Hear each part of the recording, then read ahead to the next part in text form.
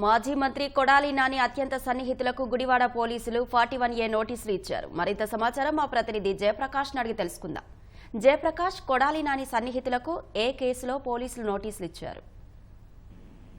అశ్విని, కొడాలి నాని సన్నిహితులు ముగ్గురికి ఈ రోజు నిన్న నోటీసులు ఇచ్చినట్టు మనకి తెలుస్తుంది. ఆలస్యంగా బయటకు వచ్చింది. ఇందులో ప్రధానంగా చూసుకున్నట్టయితే 2 కేసులకి సంబంధించి నిందితులుగా ఉన్నటువంటి వారికి ఈ రోజు నిన్న నోటీసులు జారీ చేసింది.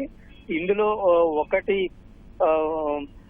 వ్యక్తిని గతంలో ఇక్కడ గుడివాడ సంబంధించి లిక్కర్ గోడౌన్ కి సంబంధించినటువంటి కేసులో గోడౌన్ ను బలవంతంగా ఖాళీ చేయించారు అని ఆరోపణలతోటి బాధితుడిని బెదిరించారు.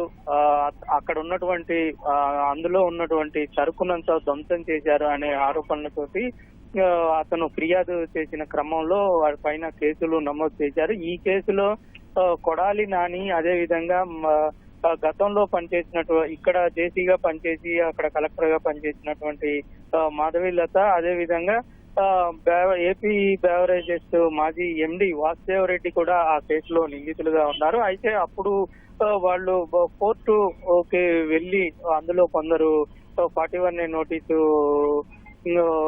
తీసుకున్నారు. అయితే ఇప్పుడు తాజాగా ఈ కేసులో ఉన్నటువంటి అతని అనుచరులు శశిభూషణ్, అదే విధంగా గొర్లాసీను, రామ్ ప్రసాద్ ఇట్లాగా కొంతమంది ఉన్నారు. వీళ్లతో పాటు ఇదే కేసుతో పాటు మరొక కేసు కూడా వాలంటీర్లను బెదిరించి అధిక డబ్బులు ఇస్తామని బెదిరించి వాళ్లతోటి రాజీనామా చేయించారు అని కేసులో కూడా ఇద్దరు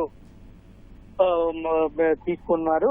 మొత్తం కలిపి ఈ 2 కేసులకి సంబంధించి ధన్యవాదాలు జయప్రకాష్. కొన్ని క్షణాల్లో